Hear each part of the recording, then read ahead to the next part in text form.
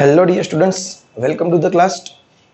Last લેક્ચરમાં આપણે SHM અને સર્ક્યુલર મોશનને ઇલેક્ટ્રોસ્ટેટિક સાથે કમ્બાઈન કરી હતી. ઓકે, તો આજનો બીજો એક નાનો એવો ટોપિક છે.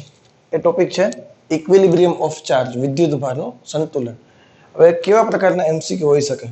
તો કે ભાઈ પહેલા તો સમજી લે કે જો બે વિદ્યુત ભારો Q1 અને Q2 વચ્ચેનો અંતર R છે, જો Q1 into Q2 greater than 0 એટલે અથવા તો બંને વિદ્યુતભારો સમાન નેચરના હશે, કાં તો બંને પ્લસ હોય અથવા તો બંને માઇનસ હોય તો અપાકર્ષી બળ લાગશે, અથવા તો અલગ અલગ નેચરના હશે તો આકર્ષી બળ લાગશે. એટલે કે દરેક વિદ્યુતભાર બળની અસર હેઠળ પોતાના સ્થાનેથી વિચલન પામે છે, કાં તો દૂર જાય છે અથવા તો નજીક આવે છે. પરંતુ મારે એ બંને વિદ્યુતભારને પોતાની સ્થિતિ પર સ્થિર રાખવા છે. Q1 અને Q2 છે આકર્ષી બળ અને અપાકર્ષી બળને કારણે જે વિચલન પામે છે, પણ મારે એને ત્યાં ફિક્સ રાખવા છે. તો હું શું કરીશ? કોઈ ત્રીજો વિદ્યુતભાર એવી રીતે લઈ આવીશ કે બંનેના તંત્રમાં વચ્ચે, માનો કે મારી પાસે જે વિદ્યુતભાર છે, ફરીથી એક વખત કહું છું, આ Q1 અને Q2, અથવા તો આ માનો કે બંને વિદ્યુતભારો Q છે એવું માની લઈએ. બંનેનો નેચર અત્યારે કેવો છે? પ્લસ છે. આ ધન છે, આ ધન છે, તો બંને દૂર જવાના છે. ધારો કે બંને વચ્ચેનું જે અંતર છે એ અંતર હાલ પૂરતું લખી નાખું છું L. હવે અપાકર્ષી બળને અસરને કારણે આ બંને વિદ્યુતભારો પોતાના સ્થાનથી વિચલન પામે છે. મારે એ બંને વિદ્યુતભારને વિચલન નથી પામવા દેવા, એમનેમ સ્થિર રાખવા છે. તો શું કરીશું? કોઈ ત્રીજા વિદ્યુતભારનો રોલ આમાં આવશે. તો એ ત્રીજા વિદ્યુતભારની પોઝિશન, ફરીથી બોલું છું, ધ્યાન રાખજો. પોઝિશન એટલે શું થાય? ત્રીજા વિદ્યુતભારની સ્થિતિ, કે મારે ત્રીજા વિદ્યુતભારને ક્યાં રાખવાનો છે. આ બાજુ રાખીશ, આ બાજુ રાખીશ, આ બાજુ રાખીશ, અહીંયા રાખીશ, અહીંયા રાખીશ, અહીંયા રાખીશ. એક વસ્તુ એ શીખવાના છે. બીજી વસ્તુ, એનો નેચર કેવો હશે? નેચરનો મતલબ શું થાય? પ્લસ અથવા તો માઇનસ. એ પ્લસ વિદ્યુતભાર હશે કે માઇનસ વિદ્યુતભાર હશે. અને ત્રીજી વસ્તુ છે એનો મેગ્નિટ્યુડ અથવા તો એનું મૂલ્ય. પોઝિશન એટલે શું કીધું આપણે? સ્થિતિ. એ ત્રીજા વિદ્યુતભારની પોઝિશન કઈ હશે, એનો નેચર કેવો હશે અને એનો મેગ્નિટ્યુડ કેટલો હશે, એ વસ્તુની આપણે આજે ડિસ્કશન કરવાના છે. બહુ સરસ મજાનો ટોપિક છે, તમારા માટે ઘણો કામનો ટોપિક છે. તો પહેલામાં પહેલા તો ડિસ્કશન કરીએ અને 4-5 એક્ઝામ્પલની મદદથી બધા પોઈન્ટ સમજી લઈએ, પછી એક્ઝામ્પલ સોલ્વ કરશું. ચલો, મારે આ વિદ્યુતભારને પોતાની સ્થિતિ પર સ્થિર રાખવા છે. તો હું ત્રીજો વિદ્યુતભાર કોઈ પ્લસ Q છે, હાલ પૂરતું એવું ધારી લઈએ છીએ કે પ્લસ Q લઈ આવું છું. તો મારે પેલા તો ક્યાં રાખવો જોઈએ? તો તમને એક વસ્તુ ખબર પડવી જોઈએ કે કુલંબ બળ છે એ બે વિદ્યુતભારોને જોડતી રેખા પર લાગે. અપાકર્ષી બળ છે એટલે દૂર જશે. તો ત્રીજો વિદ્યુતભાર હંમેશા ક્યાં લઈ આવવાનો છે? કે એ જે વિદ્યુતભારો ને જોડતી રેખા છે એના પર જ ક્યાંક એનું સ્થાન હશે. આ કે ના? કારણ કે જો તમે અહીંયા મૂકો તો બળ આમ લાગશે અથવા તો આમ લાગશે, તો આને ક્રોસ કરવાના છીએ નહીં, આ કટ આઉટ થશે નહીં. તો ત્રીજા વિદ્યુતભારનું સ્થાન પહેલા તો અત્યારે જેની પહેલા વાત કરીએ છીએ એ પહેલા તો પોઝિશનની વાત કરીએ છીએ. અત્યારે જે પહેલા પોઈન્ટ સમજીએ છીએ એ પોઝિશન સમજીએ છીએ. તો પહેલું તો ત્રીજો વિદ્યુતભાર ક્યાં રાખશું? ત્રીજો વિદ્યુતભાર બે વીજભારને જોડતી રેખા પર હશે. હવે એ ક્યાં હશે? તો કે ભાઈ બે વિદ્યુતભારને જોડતી રેખામાં આપણી પાસે ત્રણ જગ્યા મળે મને. પહેલી જગ્યા છે અહીંયા પ્લસ Q ની ડાબી બાજુ, બીજી જગ્યા આ બીજા પ્લસ Q ની જમણી બાજુ, અને ત્રીજી જગ્યા કાં તો બેની વચ્ચે. અત્યારે હું પ્લસ Q લઈ આવું છું, માઇનસ Q લઈને પણ આપણે જોઈ લેશું પછી. તો હવે પહેલા એક વખત ચેક કરી લઈએ કે કેવી રીતે બળ લાગી શકે. તો જો સપોઝ કે આ પ્લસ Q ને હું અહીંયા મૂકું તો આ જે બ્લુ કલરનો મારો જે Q છે પેલો વિદ્યુતભાર, આના પર અપાકર્ષી બળ લગાડશે કારણ કે બંને અત્યારે પ્લસ પ્લસ છે. બોલા કે ના? બટ આ પ્લસ Q પર આને કારણે પણ બળ લાગતું હશે. એ બળ કઈ દિશામાં હશે? એ પણ આ દિશામાં બળ હશે. ઓકે, આ પ્લસ Q છે એના પર આને કારણે લાગતું બળ આ દિશામાં હશે, આને કારણે લાગતું બળ આ દિશામાં હશે. ઓકે, સપોઝ કે મેં અહીંયા મૂક્યું હોત તો આને કારણે જે બળ લાગે છે, ધ્યાન દેજે, એ આ બાજુ લાગશે, અપાકર્ષી બળ. આને કારણે જે બળ લાગે છે એ આ બાજુ બળ લાગશે. હવે તું જ મને કે ક્યાં રાખવો જોઈએ? જો એ ત્રીજા વિદ્યુતભારને તો હું અહીંયા રાખું તો એ પોતે જ શું થવા માંડે? ગતિ કરવા માંડે, તંત્ર સંતુલનમાં રહેશે નહીં. તો અહીંયા તો પોસિબલ છે જ નહીં, અહીંયા પણ પોસિબલ નથી કારણ કે એ પણ ગતિ કરવા લાગશે અપાકર્ષી બળની અસરને કારણે. બટ વચ્ચેના ભાગમાં રાખું તો બંને બાજુથી બળ છે એ વિરુદ્ધ દિશામાં લાગે છે, તો વચ્ચે રાખવાની શક્યતા કેવી છે? સમાન વધી જાય છે. ક્લિયર છે? આપણે ત્યાં જ રાખવાના છીએ. સપોઝ કે બંને વિદ્યુતભારો માઇનસ છે. ઓકે, હવે થોડુંક તને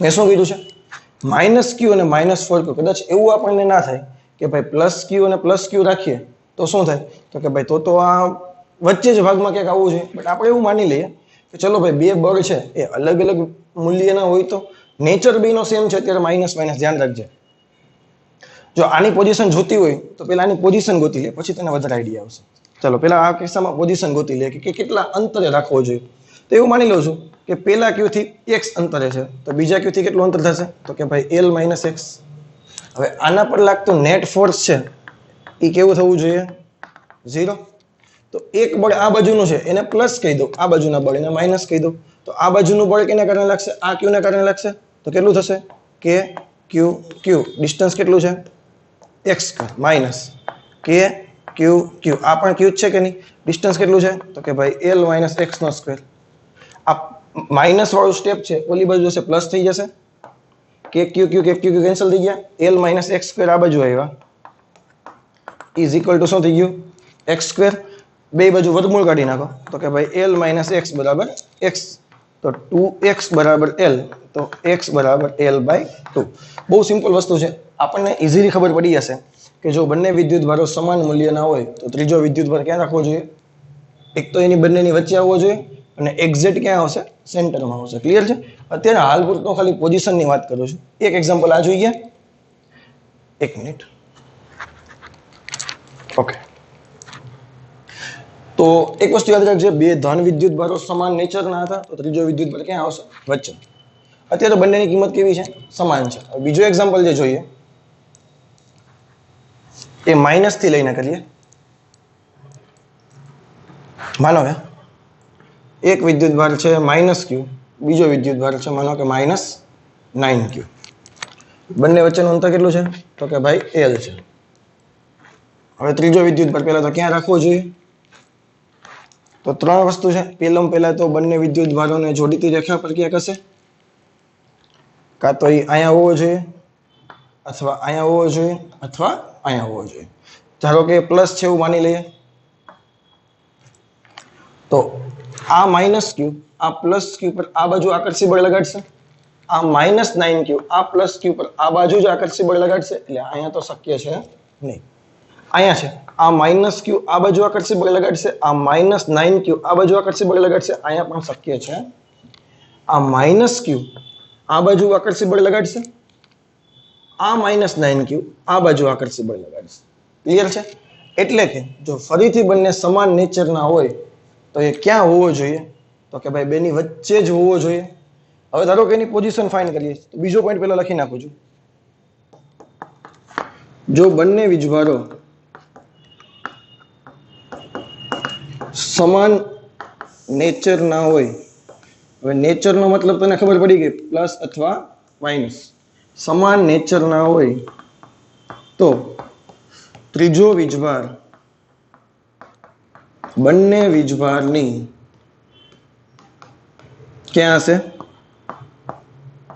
વચ્ચે હશે ક્લિયર છે તો પોઝિશનમાં આ બે પોઈન્ટ તમારા માટે અગત્યના છે ઓકે હવે ક્યાં હોવો જોઈએ તો કે ભાઈ આ x છે આ કેટલું થશે l - x થશે ચલો તો f નેટ કેટલું થવું જોઈએ 0 આ બાજુને એકને પ્લસ લઈ લે એકને માઇનસ લઈ લે અથવા તો બંને ઇક્વલ લઈ લે પછી આપણે એ જ કરતા હતા માઇનસ લઈને એકને ક્યાં જવા દેતા હતા પેલી બાજુ એટલે પ્લસ થતા હતા બંને ઇક્વલ લઈ લે એટલે ફટાફટ દાખલો થઈ જાય એક સ્ટેપ કપાઈ જાય કે હવે જ્યારે બોડીની વાત કરીએ છીએ આપણે મૂલ્યની વાત કરીએ છીએ કેની વાત કરીએ છીએ મૂલ્યની દિશાની વાત કરતા નથી તો શું કરી નાખાય નિશાની -q અને પ્લસ માઇનસ કે પ્લસ જે સંજ્ઞા તમને શું બતાવે આકર્ષી બળ કે અપાકર્ષી બળ બતાવે બટ મૂલ્યની વાત કરતા હોઈએ તો નિશાની ધ્યાનમાં લેવાની કઈ જરૂર છે નહીં તો કે આ q ડિસ્ટન્સ છે x² આ માઇનસ કે આ 9q આ વચ્ચેનો +q અને આ કેટલું ડિસ્ટન્સ હશે l - x² કે q k આ બાજુ આવ્યા તો કે ભાઈ l - x² અહીં 9 વધશે આ શું થઈ ગયા x². l - x² વર્ગમૂળ કાઢી નાખો બધી બાજુ નીકળે એમ છે અહીં થઈ ગયા 3x તો 4x બરાબર l આવ્યા તો x બરાબર શું થઈ ગયા l/4 ક્લિયર છે? તો પેલા તો આવ્યું ક્યાં? આ માઇનસ ક્યુ વિદ્યુત ભારથી L/4 અંતરે ટોટલ L હતું એનો ચોથો ભાગ એટલે પ્લસ ક્યુ અહીંયા ક્યાંક આવશે અને આ ડિસ્ટન્સ કેટલું છે? L/4. ક્લિયર છે? તો તને એક વસ્તુ બીજી પણ ખબર પડી છે કે જો બંને વિદ્યુત ભારો સમાન મૂલ્યના ના હોય, હું ફરીથી બોલું છું, ધ્યાન રાખજે, આપણે એક્ઝામ્પલ કરીએ છીએ એમાંથી જ પોઈન્ટ લખવાના છે. જો બંને વિદ્યુત ભારો સમાન મૂલ્યના ના હોય તો ત્રીજો વિદ્યુત ભાર છે, એક તો ખબર પડી ગઈ, પેલું કયું જોડતી રેખા પર છે, બીજું કયું તો કે ભાઈ સમાન નેચરના હશે તો ક્યાં હશે? વચ્ચે હશે. ત્રીજું, જો બે વિદ્યુત ભારોનું મૂલ્ય સમાન ના હોય પરંતુ સમાન નેચર ના હોય તો ત્રીજો વિદ્યુત ભાર છે એ નાના વિદ્યુત ભારની નજીક આવશે. ક્લિયર છે? હજી હું આને બીજી એક એક્ઝામ્પલથી સાબિત કરી દઈશ.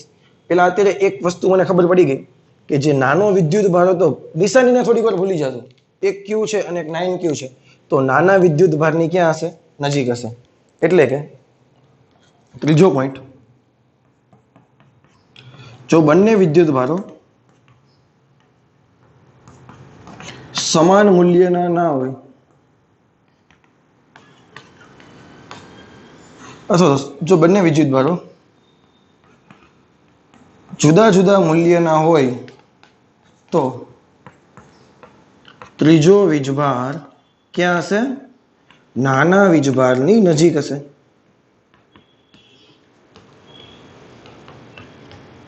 એક પોઈન્ટ લખી દઉં છું, માત્ર મૂલ્ય ધ્યાનમાં લો, નિશાની અવગણો.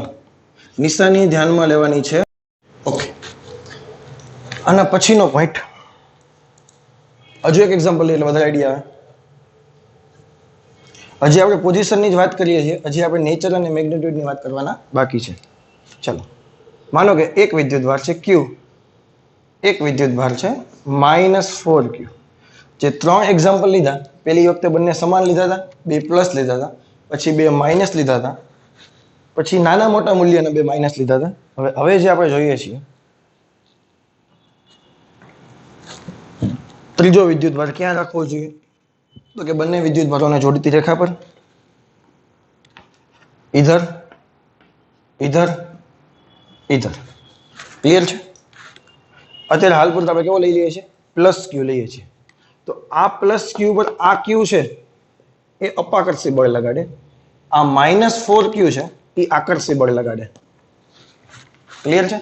આ -4Q છે આના પર આકર્ષી બળ લગાડે, આ પ્લસ ક્યુ છે આ -4Q પર અપાકર્ષી બળ લગાડે.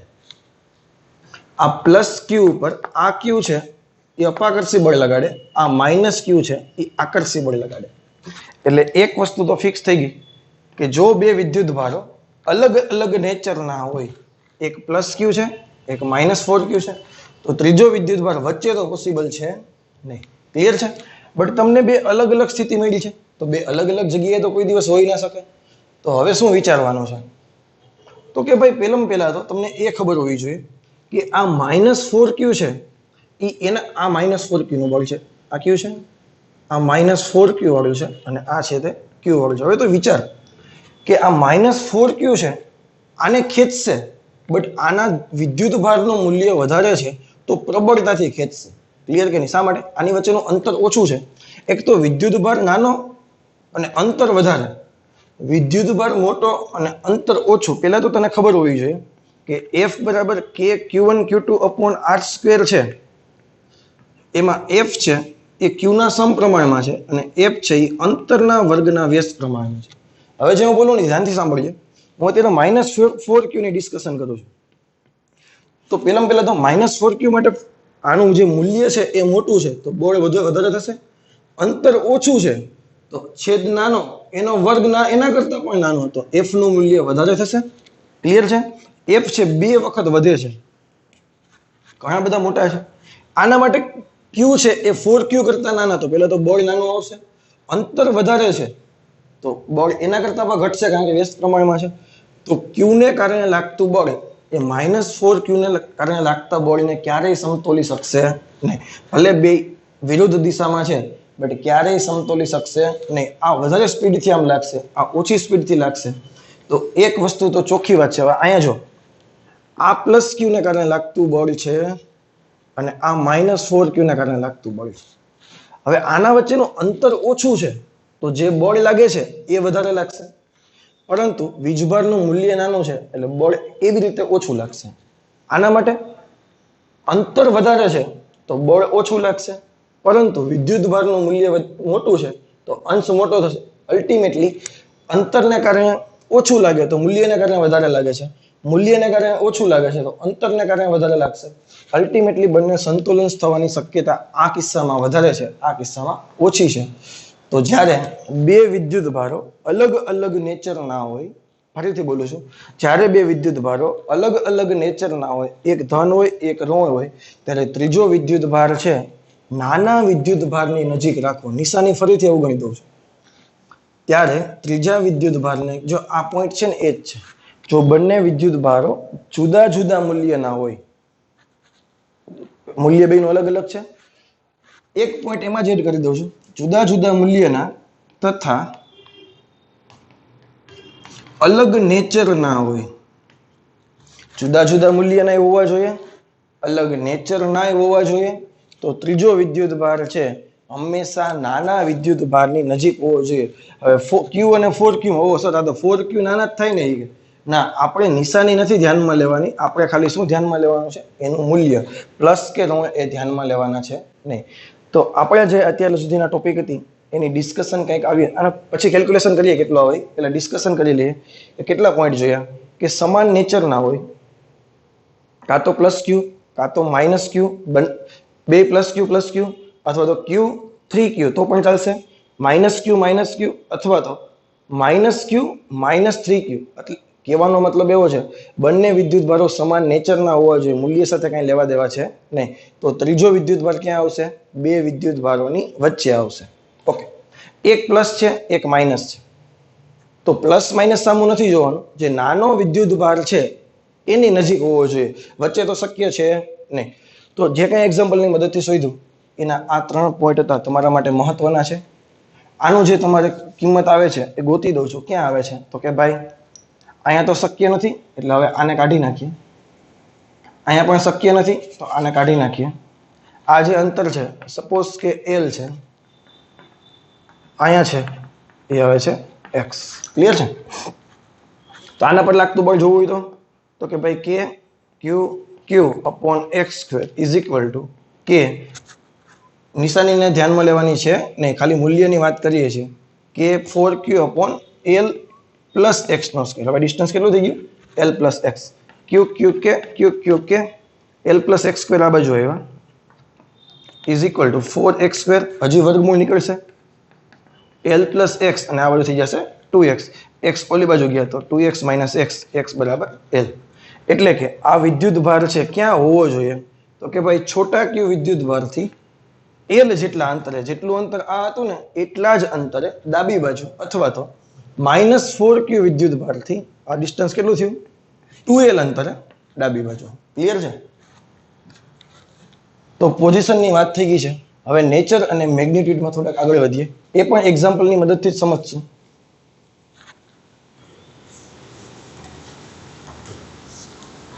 ઓકે, ચલો એક એક્ઝામ્પલ લઈએ.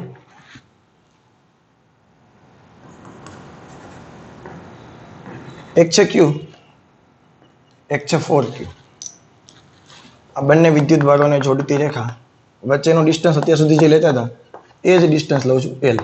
ચલો, તો આ વખતે ત્રીજા વિદ્યુતભારની સ્થિતિ, નેચર અને મેગ્નિટ્યુડ એક જ દાખલામાં પૂરું કરી દઈએ. તો પહેલા તો ત્રીજો વિદ્યુતભાર ક્યાં રાખવો જોઈએ? તો કે ભાઈ બે વિદ્યુતભારોને જોડતી રેખા પર રાખવો જોઈએ. હવે બંને વિદ્યુતભારો સમાન નેચરના છે, q અને 4q, તો ત્રીજો વિદ્યુતભાર હંમેશા ક્યાં આવશે? વચ્ચે જ આવશે.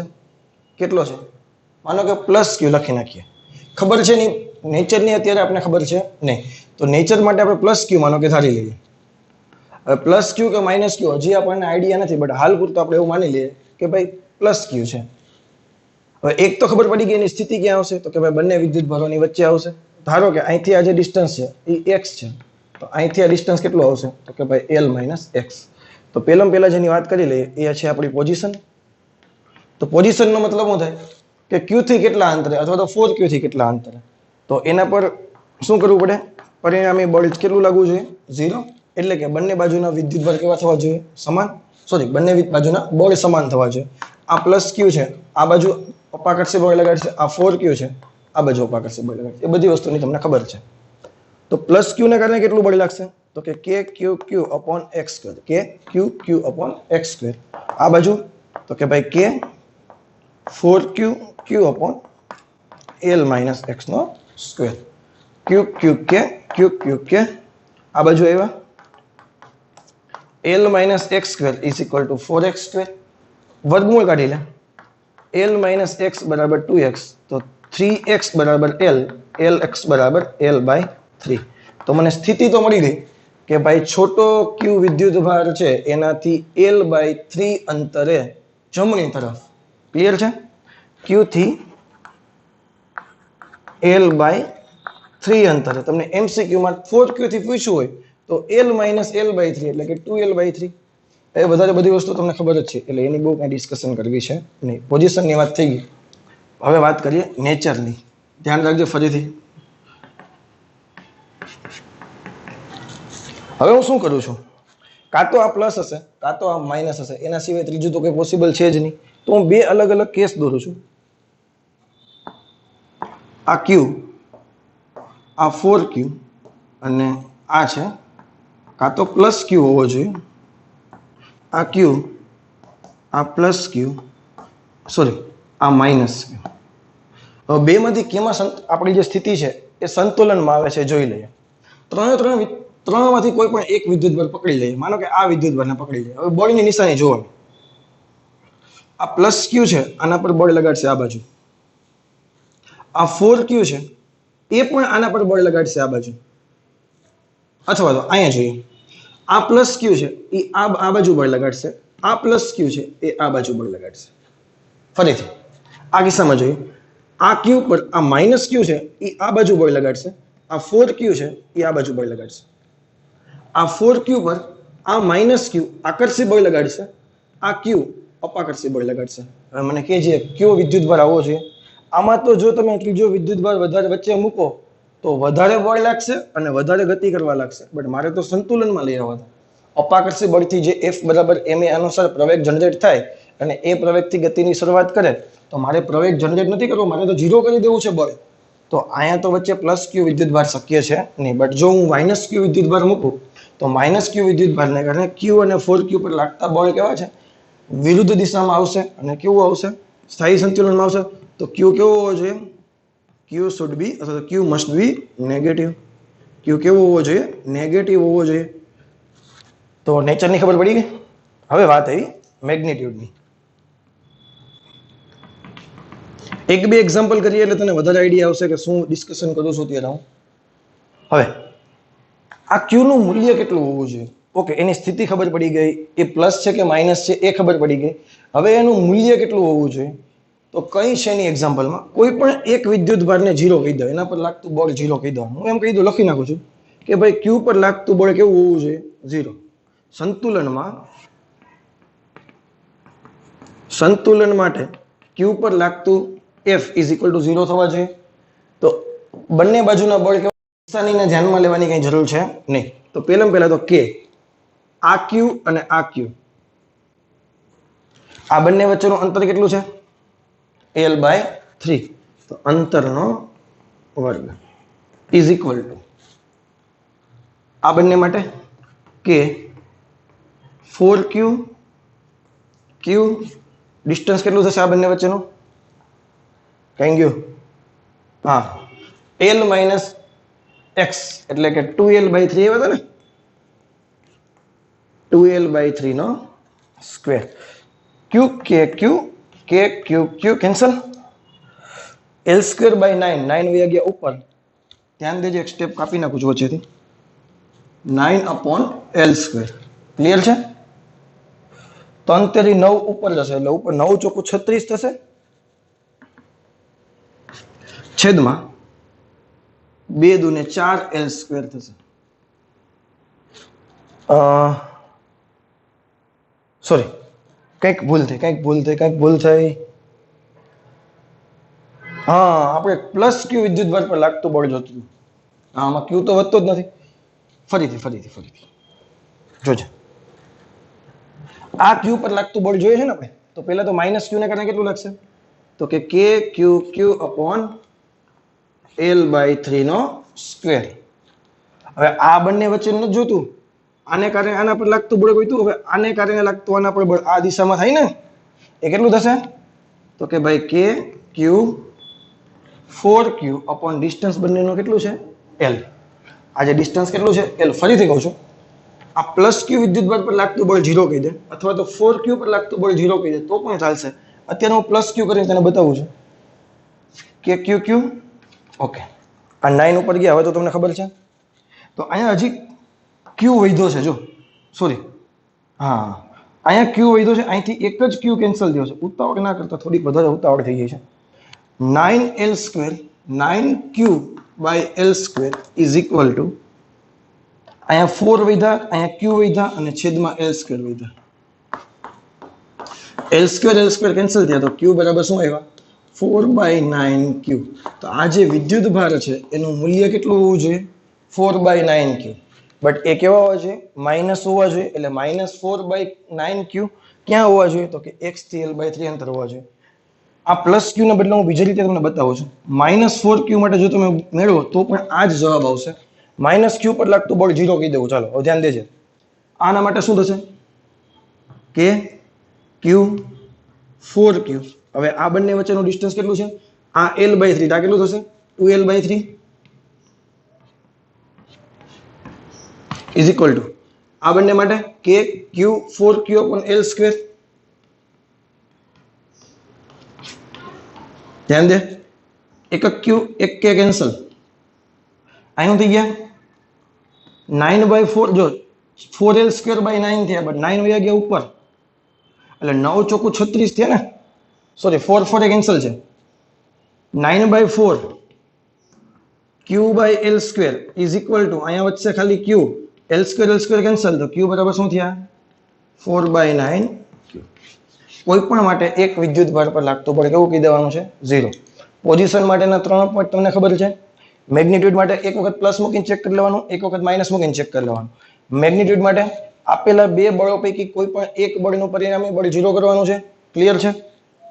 ઓકે, હજી એક એક્ઝામ્પલ કરીએ એટલે તને વધારે આઈડિયા આવે. આપણે અત્યારે બંને કેવા લીધા હતા, સમાન નેચરના લીધા હતા. હવે અલગ અલગ નેચરના લઈ લઈએ.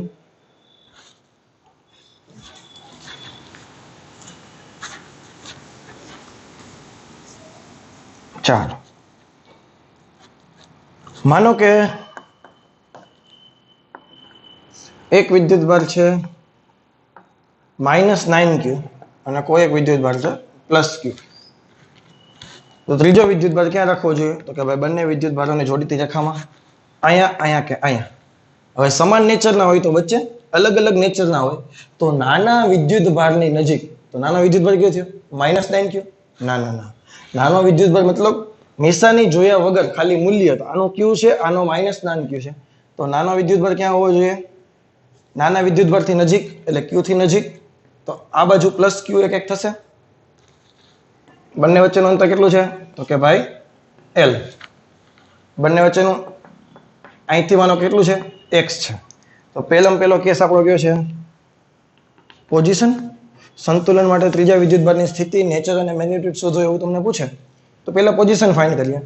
તો પોઝિશન એટલે કે આના પર લાગતું પરિણામી બળ 0. ફરીથી એક વખત ચેક કરી દો. શા માટે, તો કે આ +q છે, આ +q છે, બંને ધન છે, અપાકર્ષી બળ લાગશે.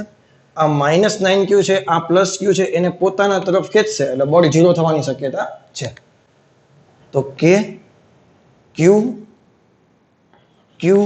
Upon x² is equal two કે +q 9q upon L + x². હવે અંતર કેટલું થઈ ગયું, L + x. અહીંયા પ્લસ માઇનસ બળમાં જ્યારે બંને બાજુ ઇક્વલ કરું છું ત્યારે કંઈ લખવાની જરૂર છે નહીં. ઓકે, કે q cancel, L + x² is equal two 9x². વર્ગમૂળ કાઢો, L + x is equal two 3x. અહીંથી બ્રેકેટ ઓપન ન કરવું, L² + 2LX + x² is equal two 9x². A solve કરશો તો વળી પાછું એ જ થશે. એના કરતાં બેટર છે ડાયરેક્ટ વર્ગમૂળ નીકળે છે. અમુક ને મેથેમેટિક્સ બહુ આવડતું હોય ત્યાંથી બ્રેકેટ ઓપન કરી નાખે. L square plus 2lx plus x square બરાબર 9x સ્ક્વેર. પછી 9x સ્ક્વેર ને આ બાજુ આવવા દે તો કે L square plus 2lx minus 8x square is equal two 0. પછી દ્વિઘાત સુરેખ સમીકરણ સોલ્વ કરે તો એ બહુ લેન્ધી થઈ જશે. એના કરતાં એક નજર વ્યવસ્થિત જોવાનો વર્ગમૂળ નીકળે છે કે નથી નીકળતો. ક્લિયર છે? તો x ઓલી બાજુ ગયા તો શું થઈ ગયા 2x. તો x બરાબર l/2 એટલે કે આ q થી l/2 અંતર કઈ બાજુ જમણી બાજુ અને -9q થી આ અંતર કેટલું થયું આ l + l/2 એટલે કે 1.5l/2 થયું ને એટલે કે 3l/2 અંતર એ પણ કઈ બાજુ જમણી બાજુ. ક્લિયર છે? આ થઈ ગઈ પોઝિશનની વાત. હવે આવી નેચરની વાત. નટુ રેનો વાંચતા નેચર છે તો શું કરવાનું આ -9q મૂકવાના આ q મૂકવાના આ -9q મૂકવાના આ q મૂકવાના અને ત્રીજો વિદ્યુતભાર એક વખત પ્લસ મૂકવાનો એક વખત માઇનસ મૂકવાનો. પછી કોઈ એક વિદ્યુતભારનું જોઈ લેશો તો એ તમને આઈડિયા આવી જશે કે આના પર આ પીળો જે કે પ્લસ q છે એ અપાકર્ષી બળ લગાડશે એટલે આ બાજુ. આ -9q છે એ આકર્ષી બળ લગાડશે એટલે આ બાજુ. આ પ્લસ q છે આ છે એને પોતાના તરફ ખેંચશે. ક્લિયર છે? આ -9q છે આને પોતાના તરફ ખેંચશે. ઇઝ ધેર એની લોચા? આ પ્લસ q અપાકર્ષી બળ -9q સોરી આ પ્લસ q અપાકર્ષી બળ આ -9q આ q આકર્ષી બળ. આ બંનેમાં અપાકર્ષી બળ છે આ બંનેમાં આકર્ષી બળ છે. એક દિશામાં ગતિ કરશે સંતુલનમાં નહીં આવે. ચેક કરવું તો અહીં ચેક કરી શકો છો. આના માટે પણ ચેક કરો. આ -q છે આ -9q છે અપાકર્ષી બળ. આ પ્લસ q આ -9q આકર્ષી બળ એટલે ફરીથી બંને વિરુદ્ધ દિશામાં આવે છે. તો આ વિદ્યુતભાર કેવો હોવો જોઈએ માઇનસ હોવો જોઈએ. ક્લિયર છે? તો આનો નેચર પણ કેવો આવે છે માઇનસ આવે છે. હવે વાત આવી મેગ્નિટ્યુડની એટલે કે એના મૂલ્યની. તો મૂલ્ય માટે શું કરવું પડે આપેલા બે વિદ્યુતભારો પૈકી કોઈ એક વિદ્યુતભારનું મૂલ્ય શૂન્ય કરી દેવાનું. ફરીથી બોલ. આપેલા બે વિદ્યુતભારો પૈકી કોઈ એક વિદ્યુતભારનું પરિણામી બળ 0 કરી દેવાનું. તો માનો કે પ્લસ q નું કરીએ. પ્લસ q પર લાગતું બળ કેવું થવું જોઈએ 0 થવું જોઈએ તો જ સંતુલન સ્થિતિમાં હોવો જોઈએ. તો અહીંથી જે હવે આ કિસ્સામાં વહી આવો આના પર લાગતું બળ 0 કરવું તો પેલા આને કારણે બળ કેટલું લાગશે પેલા ઈ જો તો કે ભાઈ k q q upon distance કેટલું છે l/2 નો સ્ક્વેર x બરાબર l/2 પરથી. હવે આને કારણે આના પર લાગતું બળ તો કે ભાઈ k q નિશાની જોવાની જરૂર છે 9q ડિસ્ટન્સ કેટલું છે તો કે l² k q sorry k q ક્યાં આ બાજુ પ્લસ q છે જ નહીં k q કેન્સલ 4 ઉપર વયા ગયા 4q/l² is equal two 9q/l². l² cancel તો q બરાબર 9/4q. એટલીસ્ટ હવે તમને આઈડિયા આવી ગયા હશે પોઝિશન નેચર અને મેગ્નિટ્યુડ. ફરીથી બધા પોઈન્ટ રિવાઇઝ કરાવી દઉં છું. બંને વિદ્યુતભારો સમાન નેચરના હોય તો ત્રીજો વિદ્યુતભાર બંને વિદ્યુતભારોને જોડતી રેખા પર વચ્ચે હોવો જોઈએ. સમાન નેચરના હોવા જોઈએ. મૂલ્ય ગમે તે હોય પ્લસ q માઇનસ q ની સાથે કઈ લેવા દેવા છે નહીં. q હોય 4q હોય q હોય એ બે વિદ્યુતભારો સમાન નેચરના હોય પછી ભલે મૂલ્ય સમાન હોય કે ના હોય 2q ના હોય તો પણ ચાલે. 2q અને 5q બટ બે કેવા હોવા જોઈએ પ્લસ હોવા જોઈએ. ક્લિયર છે? અથવા તો બે માઇનસ હોવા જોઈએ. જો બે વિદ્યુતભારો અલગ અલગ નેચરના હોય એક q છે એક -4q છે તો ત્રીજો વિદ્યુતભાર નાના વિદ્યુતભારની નજીક હોવો જોઈએ. એટલે q અને -4q માં q મોટા નાના થશે નિશાની ધ્યાનમાં લેશું નહીં. ઓકે નેચર માટે તો કે ભાઈ એક વખત પ્લસ ને એક વખત માઇનસ મૂકીને આપેલા બંને વિદ્યુતભાર પર લાગતા બળની દિશા ચેક કરી લેવાની. ત્રીજો મેગ્નિટ્યુડ માટે કોઈ એક વિદ્યુતભાર પર લાગતું બળ 0 કરી દેવાનું. ફરીથી બોલું પોઝિશનના 3 પોઈન્ટ. નેચર માટે શું કરવાનું એક વખત પ્લસ q અને એક વખત માઇનસ q લઈને બળ ચેક કરી લેવાના.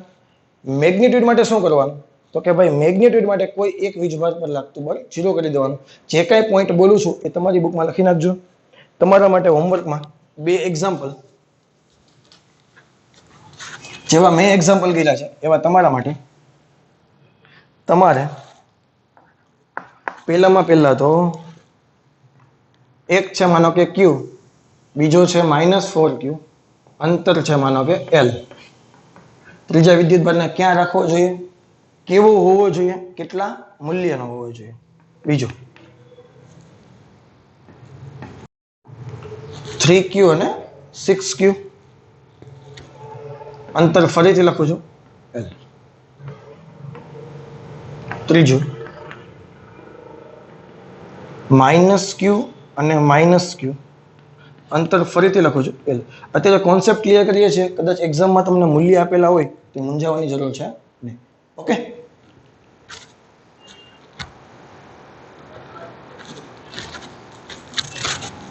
ઓકે. તો આના પછીનો જે ટોપિક છે એના માટે થોડુંક પહેલા ડિસ્કશન કરવું પડશે. લાસ્ટ લેક્ચરમાં સર્ક્યુલર મોશન અને SHM ને આપણે કમ્બાઈન કર્યા હતા. અત્યારે મારે ઇન્ટિગ્રેશનને કમ્બાઈન કરવું છે. ઇન્ટિગ્રેશનનો મતલબ સંકલન. કે અત્યાર સુધી આપણે જે ડિસ્કશન કરતા હતા એ માત્ર પોઈન્ટ ચાર્જની વાત કરતા હતા. પોઈન્ટ ચાર્જ એટલે બિંદુવત વિદ્યુતભારની વાત કરતા હતા. Q કે 4Q. બિંદુવત વિદ્યુતભાર શું છે એ તમને ખબર છે કે બે વિદ્યુતભારો વચ્ચેના અંતરની સાપેક્ષે એ વિદ્યુતભારના પરિમાણ છે, એની સાઇઝ છે એ ખૂબ કેવી હોવી જોઈએ, નાની હોવી જોઈએ. તો હવે હું તમને જે વાત કરવાનો છું એ પોઈન્ટ ચાર્જની વાત નથી કરવાના. હવે આપણે જે વાત કરવાના છે એ વિદ્યુતભારનું સતત વિતરણ. આનો મતલબ શું થાય એ પછી તમને સમજાવું. આ ટોપિક હું ફરીથી તમને NCERTની થિયરી પ્રમાણે ફરીથી કરાવવાનો છું. બટ હાલ પૂરતું મારે MCQમાં જરૂર છે આની, એટલે હું એક વખત નાની એવી ઝલક ખાલી આપી દઉં છું. હવે સતત વિતરણનો મતલબ શું થાય? તમને એક વસ્તુ ખબર છે કે ભાઈ વિદ્યુતભારનું કોઈ પણ પદાર્થ પર વિતરણ થાય, વીજભારનું જે વિતરણ છે એની ત્રિજ્યાના વ્યસ્ત પ્રમાણમાં હોય. કે જે જગ્યાએ ત્રિજ્યા, અહીંયા ત્રિજ્યા તમે જુઓ તો આટલી જ છે, બટ આ ભાગની તમે ત્રિજ્યા જુઓ તો ત્રિજ્યા મોટી છે કે નહીં? તો અહીંયા જે વિતરણ છે એ ઓછું થશે. જે વિસ્તારમાં ત્રિજ્યા ઓછી હશે ત્યાં વિતરણ કેવું થશે? વધારે થશે. ક્લિયર છે? આપણે વાત કરી ગયા હતા કે મોબાઈલ કે ફ્રીજના કોર્નર પર તમને શોક વધારે આવે છે, એનું રીઝન આ છે. બટ અત્યારે હું તને જે વાત કરવાનો છું આ વિતરણ સતત ના કહેવાય. આ વિતરણ કેવું છે? અલગ અલગ છે. સતત વિતરણનો મતલબ શું થાય? કે મારી પાસે કોઈ એક સળિયો છે, એના પર 5 ભાગ છે, તો 5 સમાન ભાગમાં વીજભાર સમાન હોવો જોઈએ. માનો કે આમાં 2 કુલમ, આમાં 2 કુલમ, આમાં 2 કુલમ, આમાં 2 કુલમ, આમાં પણ 2 કુલમ જ હોવો જોઈએ. આને સતત વિતરણ કહેવાય. એવી રીતે માનો કે મારી પાસે કોઈ એરિયા છે, તો આના જેટલા બી નાના નાના ટુકડા વિચારું, ચોરસ છે એના માનો કે હું 4 ટુકડા વિચારું, તો દરેક ટુકડામાં સમાન વિદ્યુતભાર માનો કે બધામાં 2 હોય અથવા તો 2 કુલમ હોય તો બધામાં 2 કુલમ જ હોવો જોઈએ. એવી રીતે માનો કે મારી પાસે કોઈ કદ હોય, સમઘન લઈ લે. અત્યારે માનો કે આપણો રૂમ છે એની ડિસ્કશન કરી નાખીએ. આમાંથી તમે જેટલા બી નાના નાના ખંડ વિચારો તો દરેક ખંડનો વિદ્યુતભાર સમાન જ હોવો જોઈએ. તો આને સતત વિતરણ કહેવાય. હવે તને આના પરથી આઈડિયા આવી ગયા હશે કે સતત વિતરણ ખરેખર 3 રીતે થાય. આ છે એ મેં કોઈ એક લાઈનની વાત કરી છે, તો આને કહેવાય રેખીય વિતરણ. આ મેં કોઈ એક સમતલની વાત કરી છે. સમતલ એટલે કે કોઈ નીચેની આપણી લાદી લઈ લઈએ તો લાદી છે એ સમતલમાં આવે, આ બોર્ડ છે એ સમતલમાં આવે. તો આપણે ફિઝિક્સની ભાષામાં સારી રીતે એને પૃષ્ઠ અથવા સપાટી કહેતા હતા, તો આને કહેવાય પૃષ્ઠ વિતરણ. અને આ છે કદ, તો ત્રીજું છે તારું કદ વિતરણ. તો વિદ્યુતભારનું વિતરણ છે એ 3 રીતે થાય. એના પરથી મારે એક વ્યાખ્યા ડિફાઇન કરવી છે. તો વિદ્યુતભારનું વિતરણ 3 રીતે થાય એ તમને ખબર પડી ગઈ. ઓકે, થોડુંક વ્યવસ્થિત કરીએ. આ ફરીથી એક વખત ટોપિકને આપણે પાછો રિવાઇઝ કરવાના છીએ.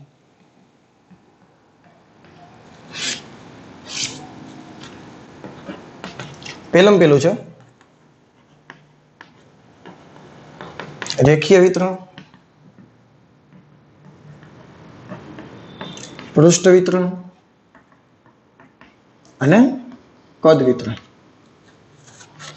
રેખીય વિતરણમાં કોઈ એક રેખા પર અથવા તો કોઈ એક માનો કે આપણી પાસે આવો કોઈ તાર હોય તો તાર પર વિદ્યુતભાર સમાન રીતે વિતરિત થયેલો હોવો જોઈએ. માનો કે આ તાર છે એની લંબાઈ L છે અને ટોટલ વીજભાર કેટલો છે Q છે. એવી જ રીતે કોઈ એક સમતલ પર વિદ્યુતભાર સમાન રીતે વિતરિત થયેલો હોવો જોઈએ. આને કહેવાય પૃષ્ઠ વિતરણ. માનો કે એરિયા A છે અને સમગ્ર પૃષ્ઠ પરનો વીજભાર કેટલો છે Q છે. આવી રીતે કોઈ કદ છે, એ દરેક કદનો એ કદમાં વીજભાર છે એ +Q છે અને એનો કદ છે એ V છે. તો હું જે વ્યાખ્યા ડિફાઇન કરું છું, હું એકમ લંબાઈ દીઠ વીજભાર, મતલબ કે આના ટુકડા કરીએ તો દરેક ટુકડાનો વીજભાર ફાઇન્ડ કરવો હોય તો હું શું કરું છું, પ્લસ ટોટલ વીજભાર છેદમાં ટોટલ લંબાઈ, એટલે કે કુલ વીજભાર છેદમાં કુલ લંબાઈ. તો આ જે રાશિ છે એને કહેવાય વિદ્યુતભારની રેખીય ઘનતા. આની વ્યાખ્યા કેમ અપાય? તો કે ભાઈ છેદમાં લંબાઈ છે ને, તો છેદ હોય એને આપણે એકમ કહીએ છીએ, તો આને શું કહેવાય? એકમ લંબાઈ દીઠ વીજભાર. આને શું કહેવાય? એકમ લંબાઈ દીઠ વીજભાર. લેમ્બડા એની સંજ્ઞા છે. આનો તમને એકમ પૂછે તો કંઈ છે નહીં, વિદ્યુતભારનો એકમ કુલમ, લંબાઈનો એકમ મીટર. પારીમાં એક સૂત્ર પૂછે તો શું થાય?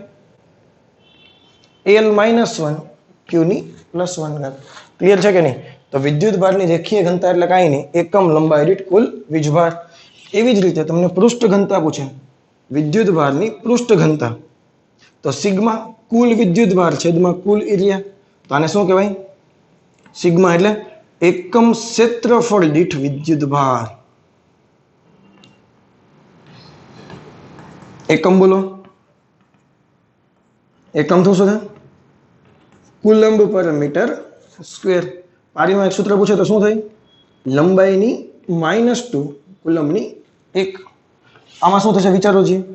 આનો જે કદ ઘનતા છે વિદ્યુતભારની કદ ઘનતા, એનો એકમ છે ρ. તો શું થશે? Q/V.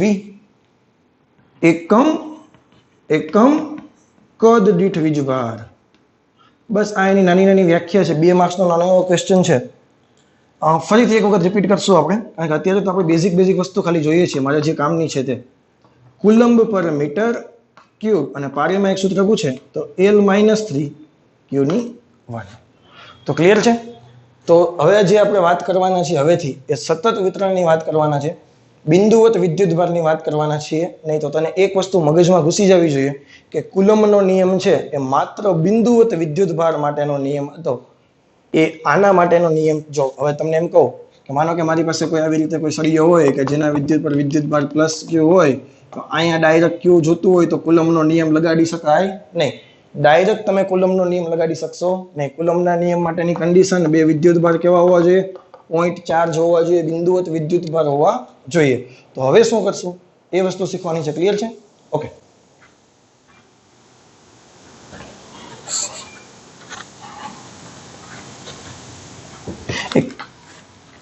ઓકે ચલો,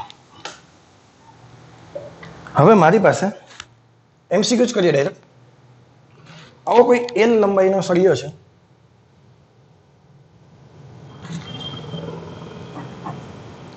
આવો કોઈ L લંબાઈનો સળિયો છે જેના પર વિદ્યુતભાર સમાન રીતે વિતરિત થયેલો છે. એની તમને લેમ્બડા આપેલી છે, લેમ્બડા કુલંબ પર મીટર. મતલબ આનો મતલબ શું થાય? એકમ લંબાઈ દીઠ વીજભાર તમને આપેલો છે. વીજભાર કેટલો છે? લેમ્બડા. વિદ્યુતભારની રેખીય ઘનતા છે એ તમને શું બતાવે? એકમ લંબાઈ દીઠ વીજભાર બતાવે. તમને એમ કહે કે આ સળિયા પરનો કુલ વીજભાર શું થાય, તો તમે શું કરો? ચલો મને એમ કે સળિયા પરનો કુલ વીજભાર ગણો. આવું તો ન પૂછે, આ તો જસ્ટ ખાલી વાત છે. સળિયા પરનો કુલ વીજભાર માનો કે Q છે. હવે એકમ લંબાઈ દીઠ લેમ્બડા, તો L લંબાઈમાં કેટલો થાય? Lambda into L. 1 સેન્ટીમીટર એકમ લંબાઈ દીઠ 2 સેન્ટીમીટર, 2 કુલમ, તો 5 સેન્ટીમીટરમાં કેટલો થાય? તો કે 5 × 10. ખબર પડી કે નહીં? 1 સેન્ટીમીટરમાં 2 કુલમ, તો 5 સેન્ટીમીટરમાં 5 × 2. એકમ લંબાઈ દીઠ લેમ્બડા, તો L લંબાઈમાં લેમ્બડા L. આનાથી તમને કોઈક x અથવા તો કોઈ a જેટલા અંતરે અંતરાય નાખ્યા આપણે કોઈ a જેટલા અંતરે કોઈ બિંદુવત વિદ્યુત ભાર છે પ્લસ q. તમને શું કીધું છે? સળિયાથી a જેટલા અંતરે કોઈ બિંદુવત વિદ્યુત ભાર છે પ્લસ q. એના પર લાગતું તમારે બળ ગણવાનું છે F at q is equal to 0. હવે આ દરેક વિદ્યુત ભાર છે, આ સળિયા પરનો દરેક વિદ્યુત ભાર છે, આના પર બળ લગાડશે તો તમારા મગજમાં એવું હોય કે ભાઈ આ સળિયા પરનો કુલ વિદ્યુત ભાર કેટલો થઈ ગયો? q into l. એ ક્યાં લગાવેલો હશે? તો કે ભાઈ એનું દ્રવ્યમાન કેન્દ્ર પર હશે. તો દ્રવ્યમાન કેન્દ્ર એટલે શું થયું? સેન્ટરમાં હોય ને દ્રવ્યમાન કેન્દ્ર. તો સળિયાનું દ્રવ્યમાન કેન્દ્ર ક્યાં હોય? સેન્ટરમાં. તો અહીંથી અહીં સુધીનું અંતર કેટલું થઈ ગયું? l/2. અહીંથી અહીં સુધીનું અંતર કેટલું હતું? a. વીજભાર ક્યાં હતો? અહીંયા. તો અહીંથી અહીં સુધીનું અંતર કેટલું થઈ ગયું? a plus l/2. સળિયાનો કુલ વિદ્યુત ભાર છે એ દ્રવ્યમાન કેન્દ્ર પર કેન્દ્રિત હોય. તો કયું ઇક્વેશન છે આપણી પાસે? કે હવે તો આપણે એવું માની લઈએ કે સળિયાનો ટોટલ વીજભાર છે એના દ્રવ્યમાન કેન્દ્ર પર કેન્દ્રિત છે. તો કે q1 q2 upon r². But તને જો એક વસ્તુ યાદ આવતી હોય તો આ જે નિયમ છે એ 1/r² અનુસાર બદલાય છે. એટલે કે તને શું આપે? પેરાબોલા આપે. પેરાબોલા આપે એનો મતલબ શું થાય? કે તમે દ્રવ્યમાન કેન્દ્ર વાળો કોન્સેપ્ટ અહીંયા યુઝ કરી શકો નહીં. તમે યાદ કરો, તમે કોઈ પણ સળિયાનું દળ છે એના દ્રવ્યમાન કેન્દ્ર પર કેન્દ્રિત હોય એ કોન્સેપ્ટ તમે યુઝ કરતા હતા. બટ એમાં જે વસ્તુની આપણે વાત કરતા હતા એ લંબાઈને રિલેટેડ વાત કરતા હતા. એટલે કે જ્યારે લિનિયર કોન્સેપ્ટ હોય ને, લિનિયર કોન્સેપ્ટ, અત્યારે પેરાબોલાનો કોન્સેપ્ટ છે આ. જ્યારે લિનિયર કોન્સેપ્ટ હોય ને ત્યારે જ સેન્ટર ઓફ ચાર્જ, આ શું છે અત્યારે? આનો ટૂંકમાં પહેલામાં સેન્ટર ઓફ માસ કહેતા હતા, અહીં હું નામ આપું છું સેન્ટર ઓફ ચાર્જ. ત્યારે જ સેન્ટર ઓફ ચાર્જ કોન્સેપ્ટ વપરાય. બટ અહીંયા તો પેરાબોલાનો કોન્સેપ્ટ છે, f ચલે છે 1/r². ત્યારે આવી રીતના તમારો દાખલો થઈ શકશે નહીં. આ વસ્તુ કેવી છે? સૃષ્ટિ વિરુદ્ધની કૃત્ય છે. તમારે સેન્ટરમાં તમે q વિદ્યુતભાર લઈ શકો નહીં. દળના કિસ્સામાં શક્ય છે, વિદ્યુતભારના કિસ્સામાં છે. એ મેથડ કેવી છે? ખોટી છે. તો કેવી રીતે કરવાનું છે? સાચી મેથડ કઈ છે? એક મિનિટ રેકોર્ડિંગ ચેક કરી લો. યસ, ચાલુ છે. તો આ રીતે ક્યારે થવાનું છે નહીં. તો રિયલ કોન્સેપ્ટ શું છે? રિયલ કોન્સેપ્ટ કંઈક આવો છે. તમારે શું કરવું પડે? કુલમ્બનો નિયમ યુઝ કરવો હોય તો આને પોઈન્ટ ચાર્જ તરીકે લેવો પડે. પોઈન્ટ ચાર્જ તરીકે લેવો હોય તો તારે શું કરવું પડે? આ જે સળિયો છે મારો l લંબાઈનો,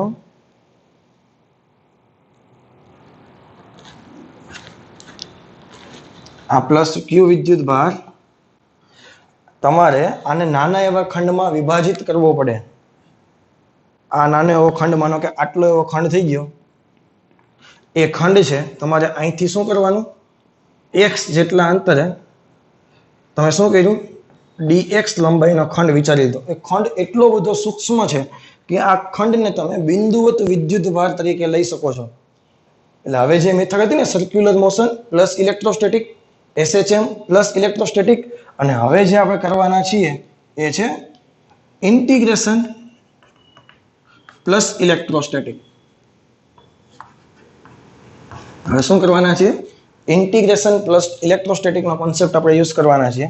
તો હવે આવા કિસ્સામાં તમારે શું કરવાનું? જે વિદ્યુત ભાર પર બળ કીધું હોય ત્યાંથી x જેટલા અંતરે નાનો એવો ખંડ વિચારી લઈએ, dx. હવે જે હું લખું છું જોજે, dx ખંડનો વીજભાર મારે પહેલા ફાઇન્ડ કરવો પડે. શું કામે? કુલમ્બનો નિયમ લગાવો હોય તો બે બિંદુવત વિદ્યુત પોઈન્ટ ચાર્જ છે એનો તમને વીજભાર ખબર હોવો જોઈએ. તો એકનો તો ખબર છે, આનો વીજભાર ખબર છે નહીં. આખા સળિયાની બધી વસ્તુ મને ખબર છે, આની ખબર છે નહીં. તો શું કરીશું? તો આ એકમ, આપણે એવું માની લઈએ એકમ લંબાઈ દીઠ વીજભાર કેટલો હતો? લેમ્બડા આપણે આપેલો છે. તો dx લંબાઈનો વીજભાર, dx લંબાઈનો વીજભાર કેટલો થાય? તો કે dq એકમ લંબાઈ દીઠ લેમ્બડા. તો dx લંબાઈનો કેટલો થાય? Lambda dx. એકમ લંબાઈનો લેમ્બડા, l લંબાઈનો લેમ્બડા l, તો dx લંબાઈનો લેમ્બડા dx. હવે આ લેમ્ડા ડીક્યુ વિદ્યુતભાર છે એને કારણે ક્યુ પર લાગતું બળ ફાઇન્ડ કરવું પડશે. ડીક્યુ ના લીધે ક્યુ પર લાગતું બળ, આ તો નાનું એવું બળ છે એટલે ડીએફ નામ આપી દો. કેટલું થશે તો કે કે ક્યુ ડીક્યુ અપોન અંતર. અંતર કેટલું છે x². ડીક્યુ ની કિંમત મને ખબર છે, ડીક્યુ ની કિંમત મૂકી દો. ડીએફ બરાબર કે Q lambda into dx into અંતર કેટલું છે x². હવે શું કરવું પડે તો કે હવે બે બાજુ સાપ મૂકવો પડે. બે બાજુ સાપ મૂકો, બટ લિમિટ ક્યાંથી ક્યાં સુધીની રાખવાની તો કે ભાઈ અહીંથી તમે અંતર વિચારો તો અહીંથી આ અંતર કેટલું છે l. તમારે સંકલન કરવાનું છે, આ dx dx dx dx dx ભેગા કરીને l કરવાના છે. તો બટ અહીંથી આ અંતર કેટલું હતું a, એટલે a થી ચાલુ કરીને ક્યાં સુધી અહીંયા સુધીનું, તો આ ડિસ્ટન્સ કેટલું થશે a પ્લસ l. ફરીથી બોલું છું, તારે આટલો ભાગ લેવો છે, ક્યુ વિદ્યુતભાર છે, આ અંતર કેટલું છે a, આ અંતર કેટલું થશે a પ્લસ l. તો df df df ભેગા થઈને કેટલા થઈ ગયા f. કે ક્યુ લેમ્ડા તો કોમન છે, કારણ કે લેમ્ડા તો તમને આપેલી છે કે એકમ લંબાઈ વિદ્યુતભારની રેખીય ઘનતા, એ થોડી બદલાઈ જાય. તો લેમ્ડા તો કોમન છે, અચળ છે, એટલે કોમન કાઢી લેશું. a plus l 1/x² dx. 1/x² ને સારી ભાષામાં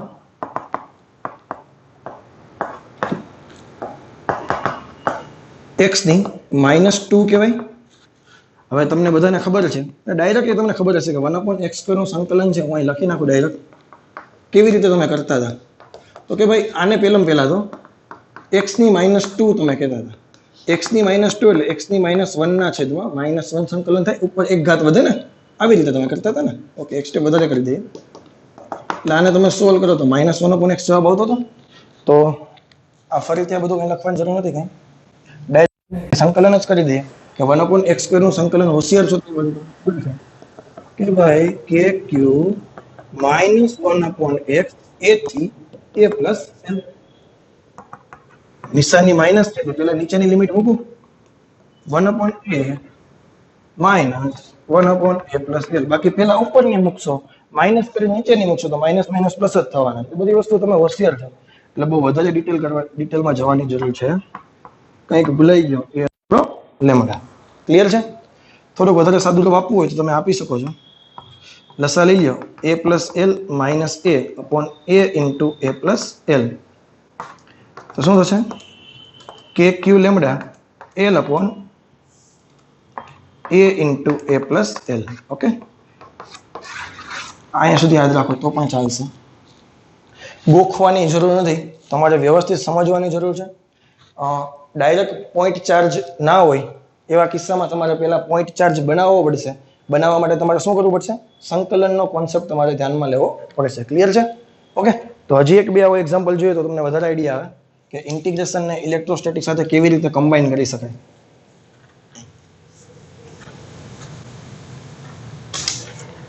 ઓકે, ચલો આ વખતે આપણે સળિયો લીધો હતો, આ વખતે હાફ રિંગ લઈએ છીએ આપણે. મેં શું લીધું છે? આવી રીતે કોઈ r ત્રિજ્યાની હાફ રિંગ લીધી છે. કેટલી ત્રિજ્યા છે? r. રિંગ છે એટલે કે અંદરનો ભાગ ખુલ્લો છે, તો આ લિનિયર કોન્સેપ્ટ જ થશે. આ બધા પર પ્લસ ક્યુ વિદ્યુતભાર સતત રીતે વિતરિત થયેલો છે, સમાન રીતે વિતરિત થયેલો છે. એની રેખીય ઘનતા તમને આપી દીધી છે લેમ્ડા કુલમ પર મીટર. તમારે સેન્ટર પર રહેલા પ્લસ ક્યુ વિદ્યુતભાર પર લાગતું બળ શોધવાનું છે. ક્વેશ્ચન લખી લે. આ હાફ રિંગને r ત્રિજ્યાની અર્ધ રિંગને કારણે કેન્દ્ર પર રહેલા પ્લસ ક્યુ વિદ્યુતભાર પર લાગતું બળ. ઓકે, શું કરી શકાય? આ દરેકમાંથી નાનો એવો ખંડ વિચારવો પડશે. તો એ નાનો એવો ખંડ છે એ આપણે અહીંયા ક્યાંક વિચારીએ છીએ. ચલો, આ ખંડ થઈ ગયો.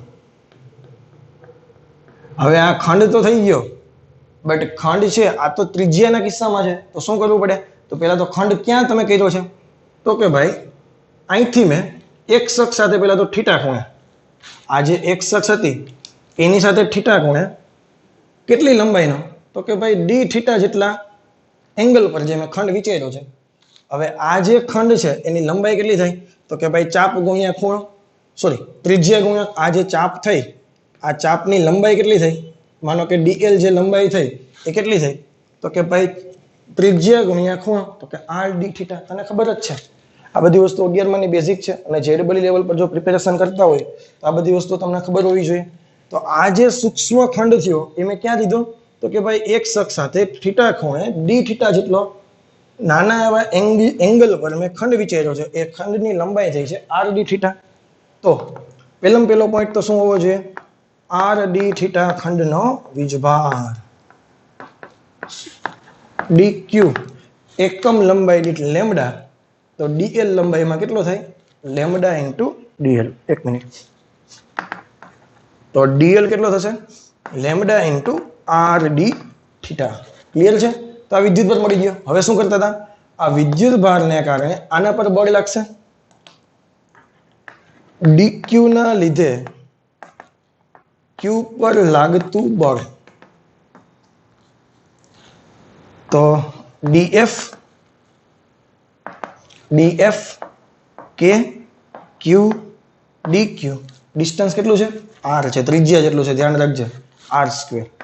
ડીક્યુ ની કિંમત મૂકીએ તો lambda R D theta upon R square. એકક આર કેન્સલ કરી નાખ, તો કે આ ડીક્યુ નો ડી ક્યાં આવી ગયો? સોરી, ક્યુ છે. K Q lambda R, R તો કેન્સલ થઈ ગયા. K Q lambda upon R D theta. આ શું આવ્યો? ડીએફ. ઓકે, થોડુંક ધ્યાનથી વિચારો ને. જો વધારે ડિટેલમાં જઈએ તો આ છે ને આપણો ખંડ છે, ધ્યાન દેજે, અને આ આપણું સેન્ટર છે ક્યુ. અહીંયા આકૃતિ નથી બનાવતો, અહીંયા વધારે વ્યવસ્થિત મજા આવશે. આ બંને વિદ્યુત ભારોને જોડતી રેખા આર થઈ કે નહીં? આ તો તમારો ડી ક્યુ. આટલો જે ભાગ છે આ તમારો શું થઈ ગયો? બહુ નાનો એવો ખંડ છે, પણ આપણે દેખાડીએ છીએ ખાલી મોટો. તો આ બળ પર લાગતા, આને કારણે આના પર લાગતા બળની દિશા કઈ થશે? હવે જો એક તો પહેલા તો પ્લસ ક્યુ છે, એટલે કે ધન વિદ્યુત ભાર થયો. તો આના પર લાગતા બળની દિશા બંને વિદ્યુત ભારોને જોડતી રેખા પર દૂર જાય કે નહીં? એટલે કે જો અહીંયા દર્શાવવાની કોશિશ કરું તો આ છે ને અમારા ડીએફ ની દિશા આવી. ક્લિયર છે? થોડુંક ધ્યાનથી જો ને, તો આ એંગલ થીટા છે, તો આ એંગલ પણ થીટા થશે. જો આ સામ સામેના અભિકોણ છે, એટલે કે આ એંગલ થીટા થયો, આ એંગલ ડીએફ થયો. તો આના બે ખંડ પડ્યા. આ ઘટક કયો થયો? DF sine theta. આ ઘટક કયો થયો? DF cos theta. હું 2-3 રીતે તમને સમજાવું છું, તને વધારે આઈડિયા આવશે.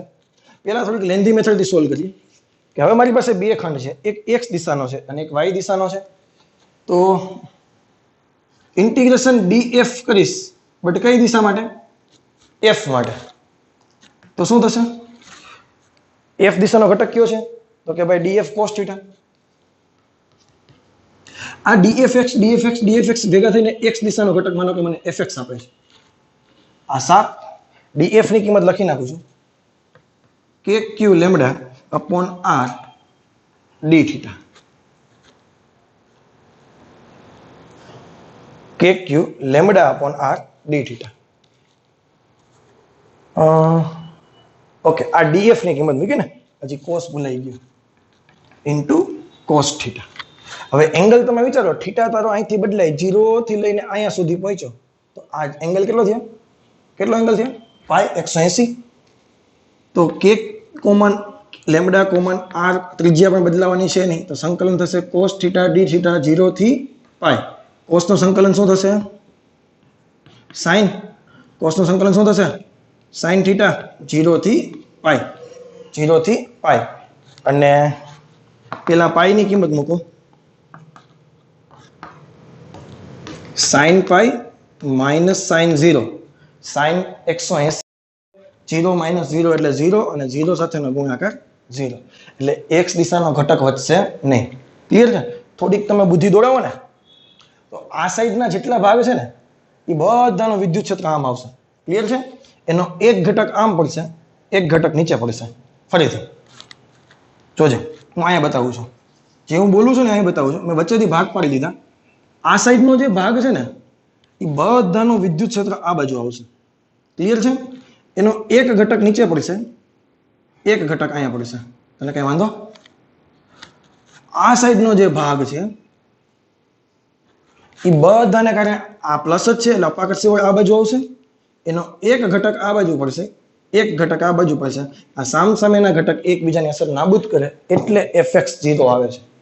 ક્લિયર છે? આનો પણ એક નીચે જ છે એટલે અહીંયા આપણે નીચે જ આવશે એટલે નીચેની દિશામાં વિદ્યુત ક્ષેત્ર કંઈક વધશે. તમને બળની દિશા પૂછશે તો બળની પરિણામી બળની દિશા કઈ આવશે? આ તો 0 થઈ ગયા, કઈ આવશે? નીચે તરફની. ઓકે, બીજી રીતે પણ તમે વ્યવસ્થિત સમજી શકતા હતા. હવે હું dfy કરું છું. અહીંયા y દિશાનો ઘટક છે df sin θ અને df ની કિંમત છે આટલી. તો કે ભાઈ k q λ/r sin θ dθ. Angle બોલો 0 થી પાઈ. dfy ભેગા થઈને થઈ ગયા fy. k q λ/r નીકળી ગયા કોમન. sin θ નું સંકલન માઇનસ cos θ. ધ્યાન રાખજે વિકલન cos થાય, સંકલન માઇનસ sin માઇનસ cos થાય. હવે k q λ/r પેલા નીચેની કિંમત મૂકું, માઇનસ છે એટલે તો કે અથવા દર વખતે બોલું તમને ખબર ના પડતી તો આ વખતે એક વખત સાબિત કરી દો. પેલા માનો કે માઇનસ સહિત ઉપરની નિશાની મૂકો એટલે માઇનસ cos પાઈ થઈ ગયું.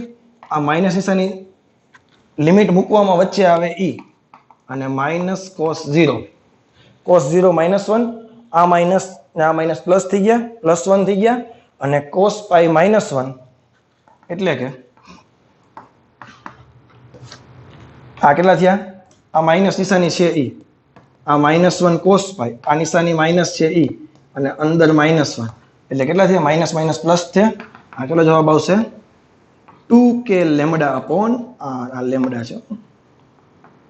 બળની કિંમત y દિશામાં બળ આવશે અને બળ કેટલું આવશે? 2k λ ઉપર r. તમને r ત્રિજ્યાની અર્ધ રિંગ આપેલી હોય તો એને કારણે સેન્ટર પર રહેલા +q વિદ્યુત ભાર પર લાગતું બળ 2k λ/r. તને જો એ પણ ખબર પડી ગઈ કે જે અહીંયા તમે ગમે તે વીજળીનો વિદ્યુત ભાર મૂકો એના પર આધારિત નથી. તને 1 કુલમ આપે, 2 કુલમ આપે, 3 કુલમ આપે, 50 કુલમ આપે, 500 કુલમ આપે, એની કિંમત સાથે કંઈ લેવા દેવા છે નહીં. તમને કેના સાથે લેવા દેવા છે? આ જે રિંગ છે એની રેખીય ઘનતા લેમ્બડા અને એની ત્રિજ્યા r ઉપર આધારિત છે. તો શોર્ટકટ યાદ રાખજે, r ત્રિજ્યાની અર્ધવાહક રિંગને લીધે, અર્ધવાહક તો ના બોલે ને, r ત્રિજ્યાની અર્ધ રિંગને લીધે કેન્દ્ર પર રહેલા વિદ્યુત ભાર પર લાગતું બળ 2k λ/r. તો હવે તમને ક્વેશ્ચન પૂછું છું, હું જ સોલ્વ કરાવું છું બટ જસ્ટ વિચારો ખાલી વિડીયો પોઝ કરીને કે ભાઈ r ત્રિજ્યાની આખી રિંગ હોત, ચાલો એના પરની રેખીય ઘનતા સમાન રીતે વિતરિત થયેલી છે, પ્લસ q છે, વિદ્યુત ભારનું વિતરણ સમાન રીતે છે, r ત્રિજ્યાની રિંગ છે, લેમ્બડા જેટલી રેખીય ઘનતા છે, સેન્ટર પર આટલો મોટો q વિદ્યુત ભાર આપેલો છે, એના પર લાગતું બળ વિચારો શું થશે? ચાલો વિચારો વિચારો વિચારો, જલ્દી જલ્દી જલ્દી. ચાલો હવે હું વિચારું, આ સાઈડનો જે ભાગ છે એને કારણે બળ આ બાજુ, આ સાઈડનો જે ભાગ છે એને કારણે બળ આ બાજુ, આ એકબીજાની અસર નાબૂદ કરશે. ક્લિયર છે? આ જે ભાગ છે એના કારણે બળ આ બાજુ, આ જે ભાગ છે એના કારણે બળ આ બાજુ, આ એકબીજાની અસર નાબૂદ કરશે. આખી રિંગ હોય તો વિદ્યુત ભાર ને કારણે, આખી રિંગને કારણે સેન્ટર પર રહેલા વિદ્યુત ભાર પર લાગતું પરિણામી બળ કેટલું થશે? 0. બુદ્ધિ ન દોડાવી, અડધી ત્રિજ્યાના કારણે 2k λ/r, આખી ત્રિજ્યાના કારણે 4k λ/r. અથવા તો આમ વિચારે, ઉપરની જે રિંગ છે એને કારણે નીચે તરફ કેટલું આવતું હતું? 2k λ/r. તો આ જે રિંગ છે નીચેનો ભાગ એને કારણે ઉપર તરફ 2k λ/r. આ બે એકબીજાની અસર નાબૂદ કરશે. ક્લિયર છે? ઓકે. સરસ મજાનો બીજો MCQ અને આજના દિવસનો છેલ્લો. ઘણો બધો મોટો લેક્ચર થઈ ગયો છે. માનો કે તમારી પાસે કોઈ એક રિંગ છે,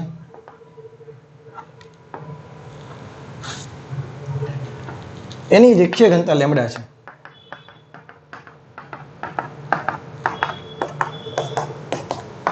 રેખીય ઘનતા કેટલી છે? લેમ્બડા છે. રિંગની ત્રિજ્યા કેટલી છે? r છે. સેન્ટર પર રહેલો વિદ્યુતભાર કેટલો છે? q છે. હવે 100% વાત છે, આના પર લાગતું પરિણામી બળ કેવું છે? 0 છે. ક્લિયર છે? બટ હવે જે મને ક્વેશ્ચન પૂછ્યો છે, તમારે ટેન્શન ફાઇન્ડ કરવાનું છે. Tension in ring. આમાં જે ટેન્શન ઉત્પન્ન થાય તણાવ બળ એ ફાઇન્ડ કરવાનું છે. થોડો કોમ્પ્લિકેટેડ કેસ છે, થોડુંક ધ્યાન દેજે વ્યવસ્થિત. હું અહીંયા એક નાની એવી ખંડ વિચારું છું. આ ખંડ નાનો એવો છે, તને દેખાય એટલે મોટો દેખાડો છું. આ ખંડ છે ડી થીટા લંબાઈનો, અને સોરી ડી થીટા ખૂણાનો, અને આ જે લંબાઈ થશે એ તને ખબર છે કેટલી થશે? R D theta. ક્લિયર છે? હું એ જ આકૃતિ ફરીથી અહીંયા બનાવું છું, થોડીક વધારે મોટી કરીને. સેન્ટરમાંથી બે ભાગ કરું તો આ સાઈડનો ભાગ કેટલો થશે? D theta by 2. આ સાઈડનો ભાગ કેટલો થશે? D theta by 2. સેન્ટર પર રહેલો વિદ્યુત ભાર કેટલો હતો? ક્યુ. ઓકે, અહીંથી જે અહીંયા સુધીનો આ જે વીજભાર હતો એ વીજભાર કેટલો થશે? ડાયરેક્ટ લખું છું ડી ક્યુ. લંબાઈ કેટલી છે? R D theta. એકમ લંબાઈ દીઠ આર, તો આ આર ડી થીટા લંબાઈમાં કેટલો થાય? Lambda into R D theta. હવે તો તમે હોશિયાર થઈ ગયા છો, તમને ખબર છે. હવે રિંગમાં તણાવ બળ કેવી રીતે ઉત્પન્ન થાય? તો કે ભાઈ આ સાઈડના છેડે છે, આ બાજુ હશે. આ સાઈડના સ્પર્શકની દિશામાં, આ સાઈડના છેડે આ બાજુ હશે, સ્પર્શકની દિશામાં. ક્લિયર છે? હું થોડુંક બુદ્ધિ દોડાવું છું. આ ઝેડ બીનો કે નહીં, તો આ એંગલ કેટલો થયો? D theta by 2. હવે આ સ્પર્શકની દિશામાં છે, તો આ એંગલ 90 હોય કે નહીં? તો આ એંગલ કેટલો થયો? 90 માઇનસ ડી થીટા બાય 2. તો આ એંગલ કેટલો થશે? D theta by 2. શા માટે? આ એક્સ અક્ષની દિશામાં છે, નીચે તરફ છે, બંને વચ્ચેનો એંગલ 90 હોય કે નહીં? એ તમે બધા હોશિયાર છો એંગલની માટે. તો આ એંગલ છે, આ ટી, આ પણ કેટલો થશે? D theta by 2. ફરીથી આ 2 છે, અહીંયા લાઈન પર ચડી ગયા છે. આ બે ઘટક પડ્યા, આ શું થશે? T sine D theta by 2, T cos D theta by 2. આ શું થશે? T cos D theta by 2, T sine D theta by 2. T cos theta by 2, T cos D theta by 2 એકબીજાને સર નાબૂદ કરશે. નીચેની તરફ શું આવ્યું? T sine D theta by 2, T sine D theta by 2, એટલે 2t sine D theta by 2. But આ ક્યુ છે ઈ આ રિંગ ઉપર પણ બળ લગાડતો હશે. રિંગ ઉપર બળ ઉપરની તરફ લાગશે ને, અપાકર્ષી બળ. બંનેને વિદ્યુત ભારોને જોડતી રેખા પર દૂર તરફ આ પ્લસ ક્યુ છે, આના પર બળ ઉપર તરફ લગાડી. બળની કિંમત કેટલી થાય? કે આના ક્યુ, આનો કેટલો છે? ડી ક્યુ. અંતર કેટલું છે? ત્રિજ્યા, એનો વર્ગ. તો સમતોલન સ્થિતિમાં તમે વિચારો તો નીચેની તરફ શું છે? 2t sin d theta by 2 is equal to, ઉપર કેટલા થયા? કે q dq upon r square. But હવે થીટા તો બહુ તમે નાનો એવો વિચારો છો, તો તમને ખબર છે કે ભાઈ નાનો એવો એંગલ હોય તો sin theta is equal to theta લખો, tan થીટા માટે પણ થીટા લખો, અને cos થીટા માટે શું લખીએ આપણે? 1 લખીએ. ક્લિયર છે? તો મારે તો સાઇન નો કેસ છે, તો sin d થીટા બાય 2 બરાબર હું કેટલા લખી નાખું? d theta by 2 is equal to kq. dq કેટલા છે? તો કે lambda r d theta upon r square. વેન? તો કે થીટા કેવો છે? સ્મોલ છે. ચાલો હવે લેમ્ડા સોરી r કેન્સલ. અહીંયા શું હોય? 2t d theta by 2 is equal to kq lambda upon r d theta. થીટો કેન્સલ થઈ ગયો. r તો છે ને જે 2 કેન્સલ થઈ ગયા, તો t બરાબર શું આવ્યું? kq lambda upon r. યાદ રાખજે, હાફ રિંગ, સેન્ટર પર બળ, નીચે તરફ 2k લેમ્ડા અપોન r. અહીંયા kq લેમ્ડા અપોન r. બંનેમાં ફરક છે, યાદ રાખજો. સોરી વિદ્યાર્થી મિત્રો, થોડીક આગળના એમસીક્યુમાં થોડીક મિસ્ટેક રહી ગઈ છે આપણી. આગળનો જે એમસીક્યુ આપણે કરતા હતા હાફ ત્રિજ્યા અને રિંગ વાળો, એમાં એવું સાબિત કર્યું હતું આપણે કે ભાઈ નીચે તરફ જે લાગતું બળ છે એ 2k લેમ્ડા અપોન r. ખરેખર તમે ફરીથી સાબિતી જોશો ને એની, તો એમાં સાબિતીમાં છેલ્લે સુધી આપણો ક્યુ આવેલો છે, કે ક્યુ લેમડા અપોન આર અહીંયા કોસ પાઈ માઇનસ કોસ 0 કરીને આપણે 2 લઈ આવ્યા હતા. તો અહીંયા સુધી બધી વસ્તુ સાચી હતી. ખાલી છેલ્લે મારી કીધે લખતા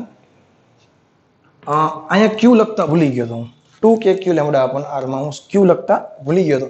અને મેં તમને એવું કહી દીધું હતું કે ભાઈ આ જે રિંગને કારણે લાગતું બળ છે એ સેન્ટર પર રહેલા વિદ્યુત ભાર પર આધારિત નથી. બટ ના, આપણે સાબિત કરતા હતા છેક સુધી સાચું હતું. છેલ્લા સ્ટેપમાં ખાલી આપણે ક્યુ લખતા ભૂલી ગયા હતા. તો તમે સોલ્યુશન જોશો ત્યારે ફરીથી તમને આઈડિયા આવશે. આ જ વિડીયોમાં છેલ્લી 10-12 મિનિટ પહેલાની વાત છે. કારણ કે માનો ને આપણે આ જે રિંગનું ટેન્શન ફાઇન્ડ કર્યું એની પહેલાનો જે એક્ઝામ્પલ કરતા હતા એ આખી રિંગ હતી. અને એની પહેલાના એક્ઝામ્પલમાં આપણે સેમી સર્કલ લીધું હતું. અને એ સેમી સર્કલનો છેલ્લી એકાદી મિનિટની વાત હશે. એમાં વચ્ચે જોઈ લેજો તમે 2 કે ક્યુ લેમડા અપોન આર. હવે ધ્યાન રાખજો, તો આ જે ભાગ છે ને 2 કે લેમડા અપોન આર નહીં, 2 કે ક્યુ લેમડા અપોન આર. ક્લિયર છે? તો આ એના કરતા અડધું થશે. તો અડધી રિંગને કારણે જે સેન્ટર પર રહેલા વિદ્યુત ભાર પર 2 કે ક્યુ લેમડા અપોન આર જેટલું બળ લાગે છે એના કરતા ટેન્શન કેવું થશે? અડધું થશે. તો એક બસ આ નાની એવી ભૂલ થઈ ગઈ હતી વિદ્યાર્થી મિત્રો. તો ફરીથી તમારું ધ્યાન દોરું છું કે સેમી સર્કલને કારણે જે સેન્ટર પર રહેલા વિદ્યુત ભાર પર જે બળ લાગે છે એ 2 કે લેમડા અપોન આર નહીં, બટ 2 કે ક્યુ લેમડા અપોન આર. ક્લિયર છે? ઓકે. તો આ નાની એવી ભૂલને સુધારી લેજો તમારી ટેક્સ્ટ બુકમાં. તો નેક્સ્ટ લેક્ચરમાં ફરીથી મળીશું ત્યારે વાત થઈ એ પ્રમાણે આપણે વિદ્યુત ક્ષેત્રની ડિસ્કશન કરવાના છીએ. Okay, thank you.